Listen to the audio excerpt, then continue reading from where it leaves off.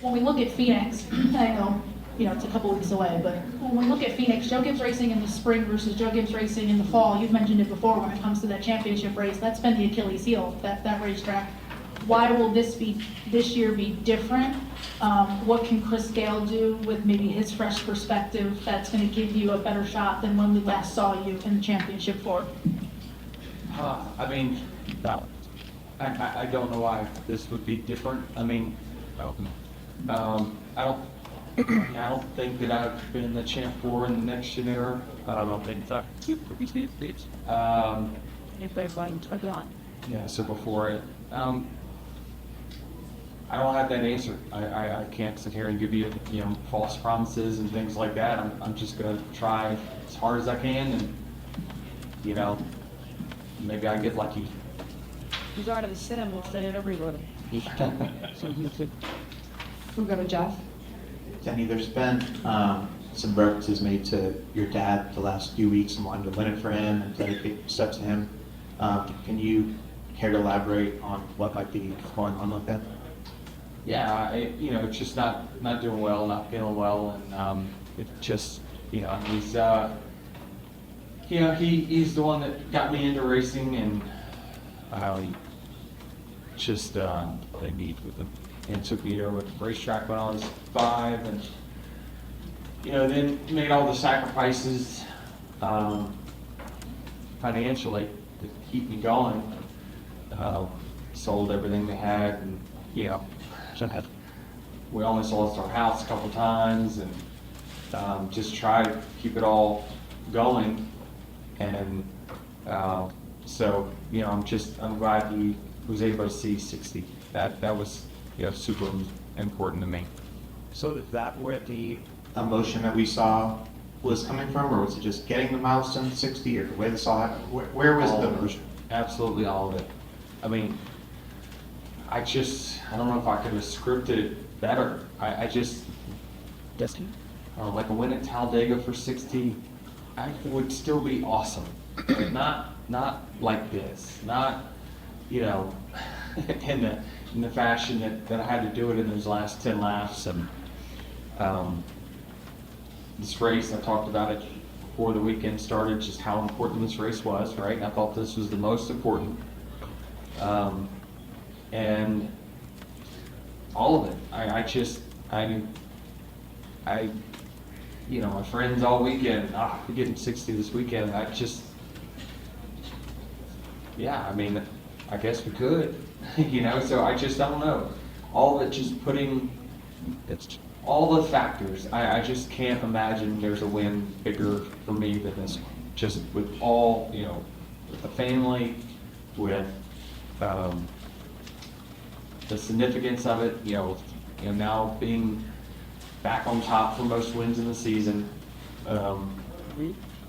punching the ticket to the 4, just all of it, the fashion in which the last 10 laps played out, all the above is why I think this means the most. So 75. We'll come to Zach next and then make our way around with Jonathan, Bob, and Holly. Zach Sturniolo, NASCAR.com. Denny, this race seemed like a real microcosm of your season to some extent because you needed to unlock another level there in those last late laps to really work your way past Larson and then get by Briscoe. As a whole, you look at the last few years in this next gen car, you've got 3 wins, 2 wins. You're at 6 now this year alone. What do you feel like has clicked for you this year in particular that wasn't clicking previously? I don't know. I mean, in every off season, I try to put focus on getting better in 1 or 2 areas. Whatever the glaring thing is that is holding me back from winning more races, I try to focus on that, improving that, whatever that is. And so, I don't know. I think that this is as strong as JGR's cars have been in some time. I think that's a factor. I think Toyota is doing a fantastic job with everything they bring to the table. I think that it's just, the cars are as good. and as fast as they've ever been. I feel as good and as fast as I've ever been. I mean, I never would have imagined winning a pole at Vegas. I mean, this is just not in my wheelhouse of trying to go out there and get fast for one lap. I've never been a driver that's been fast for one lap, but I've noticed that it was something that could improve my chances of winning week in, week out, was focus on getting better in that part of the racing. And so, yeah, it just, I don't even know what your question is. I'm just rambling at this point, but it's things are going well. And you know, Chris Gale's bringing obviously some different stuff to the table too. I mentioned it with when we talk about qualifying. I think Chris Gabehart loves to run good on Sundays, and he's willing to sacrifice Saturdays to do it. And Chris Gale is maybe a little bit more of a let's put the whole weekend together. And so you know, I give full credit to I do have a follow-up. Sorry. Chris Gabehart for putting the team together. He's really the one that kind of rejuvenated my career, you know, 5 or 6 years ago, and took me from a guy that didn't win a race in 2018 to winning a lot in the next few years, and obviously instilling in me a work ethic and a process that allows me to prepare for each weekend. And I mean, so I finished the driver's meeting and hauled ass back to the bus today because I was like, one more thing I need to look at that I just think I might have overlooked. And maybe it was the difference. Maybe not. But I never want to leave any stone unturned. And I'll never compromise, knowing that when I get in, I've done everything that I have to do to go win. We rarely see you so emotional, and you've talked about the significance of this milestone for a long time now, so I don't think that part is surprising. But did the moment meet the hope or the expectation of actually achieving that goal? Yes, no doubt. I mean, what you saw, I mean, that was going on for the last 3 laps. I mean, I did say a prayer into 3 with 2 to go for no caution. I try not to ask for prayers for things that really don't matter, like competition, you know. But it was just, I needed to see this one through all the way. And so I've already asked for a favor on this one. Thank you. Come to Jonathan next. Jonathan Field, Racing Experts. You touched on it a little bit, but kind of just walk us through those final laps and what you were thinking. I did. I need to see it. I have not seen it. I don't remember a whole lot about it. This reminds me a ton of my 2016 Daytona 500, where I didn't do a whole lot of, like, I had to go back and watch it to figure out what I do. This was very, very similar. And so I just knew that I needed to make speed. I needed to position myself. You know, I thought there was going to be a monumental task getting by Larson on the same tires. I hadn't been faster than him in the short run all day. But I just went for it. And, you know, if I wrecked, I wrecked. But you never know when these opportunities will come up again. But I made speed. I found a way to make speed when I needed to, and it's super gratifying. Also, I know you've been one for big burnouts, but that today was pretty spectacular, especially going into Victory Lane as well. Yeah, and there was hardly anything left on the tires, and so once I got into Victory Lane, I just, I want to enjoy this one. I certainly want to celebrate it because I just know how much work it took to get it. We'll come to Bob next, and then Holly.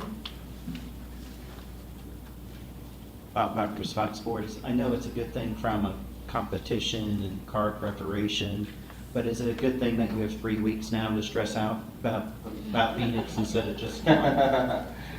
Yeah, I mean, truthfully, I don't get nervous anymore, but I will at some point. It will kick in where it's like, is this my last chance, right, to do it? Maybe it is, maybe it isn't, but I just know that I'm gonna do it, do the work, and I just, I hope it works out. If it doesn't, I'm gonna be okay with it. I've had a season that far exceeded what I thought it would. But yeah, I mean, it'll set in. I'll get nervous certainly over the next few weeks about it, but I'm gonna be nervous about the things that I control, not the other things. You just, you know, you guys have seen it. There's been weird and crazy things that have kept me from winning a title or advancing to have a chance to. And I've said many times, like, if you get enough chances, like, eventually the tides will turn. And it's like, did they start turning today? Maybe. Go ahead, Holly.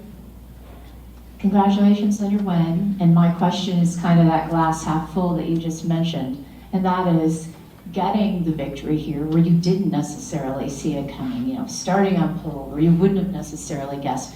What kind of confidence does that actually give you going forward to finish out, you know, not only this round, but maybe give you a kind of confidence that you didn't necessarily have before? I mean, I think instinctively we all question our ability at times. Even the greatest drivers will always have a moment where they question their ability.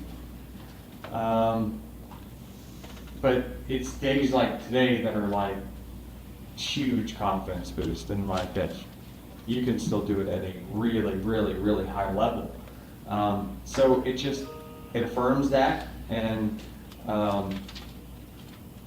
yeah, it's a chest out moment that just you get, you know, it's hitting a game winner in basketball, right? I mean, the spotlight was on you. It was your race to win, and you did it. And so they gave me the ball at the end, and I was able to make it. We'll come to Jerry in the middle, then Dustin. First off, I'm sure Jordan Kickers.net. Do you think the 7 hours of sun played a part in the closing laps there? I'm not really sure. You know, who knows? I mean, I certainly know that one of the things that I ran back and looked at right before I got called into intros was something that played out at the end of that race. So maybe that was it. Maybe, I don't know. I know the car was fast. I know that me and Chris really talked about, you know, track trends, and we talked about all the variables that change from Saturday to Sunday. We prepared for that. We prepared for the end of the race today.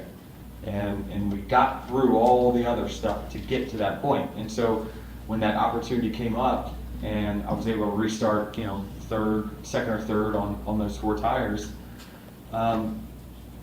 that's what we had worked for. That's what we had prepared for, is that moment. And it just, the car was the best at that moment. And to follow up on one of the other questions from earlier, have you spoken with your dad yet? And if you did, what do you have to say? I haven't. No. I saw that he texted me, but you know, that'll be longer.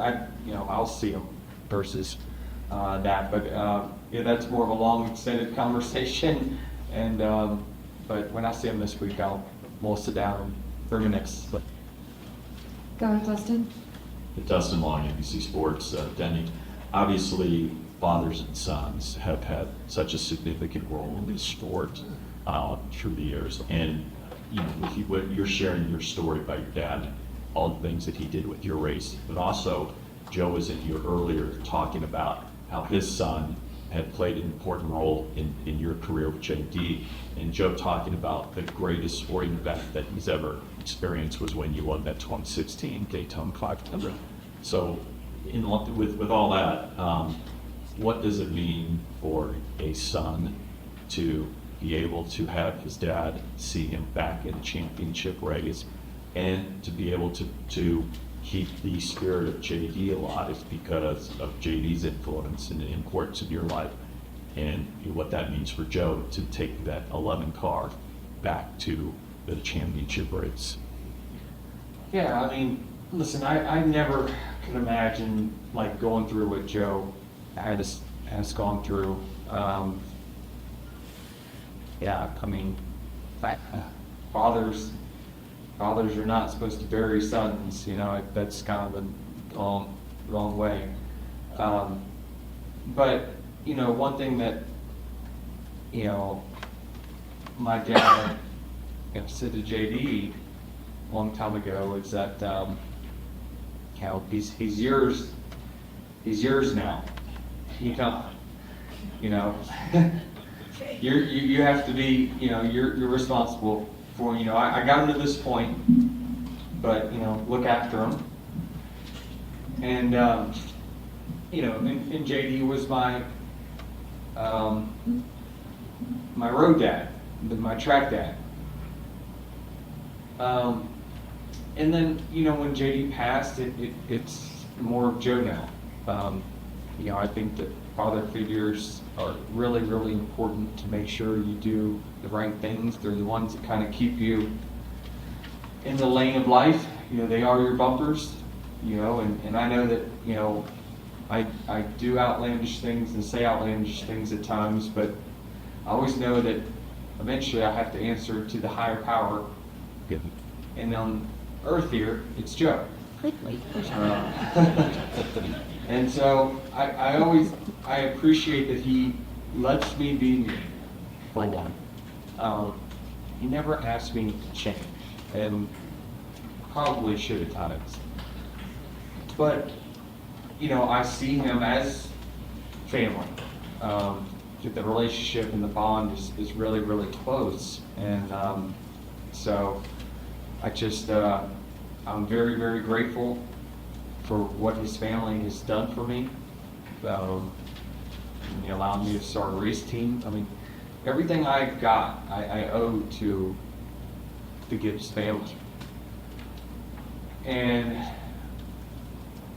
you know, I've got two dads. One's at home and one's here. And so I think it's, I'm very, very grateful for that because, you know, not a lot of drivers have that kind of relationship with their team owner, but these guys are the ones that found me and took a chance. And so my loyalty to them runs very, very deep. And his loyalty to me has done, you know, made me feel that way. So it's fantastic that I was able to, you know, Joe was here and Dad's at home watching, and so I certainly love making both of them proud. What is they?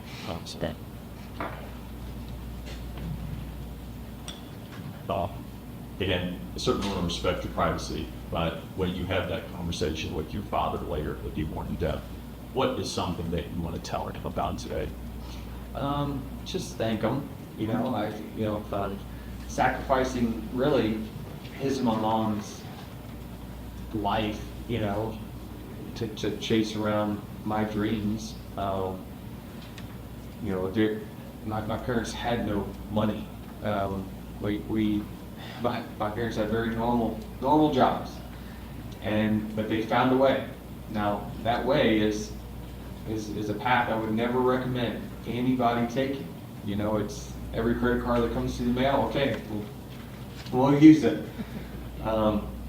You know, asking people to help, and you know, second and third mortgage in the house, and just all these things. I mean, the arguments I had to listen to. You know, I'm in my room, my mom and dad are just going at it. One saying I can't do it anymore, the other saying please, just one more week. It's great that it's all paid off, and certainly they've got the life now that they deserve before I decide to do this.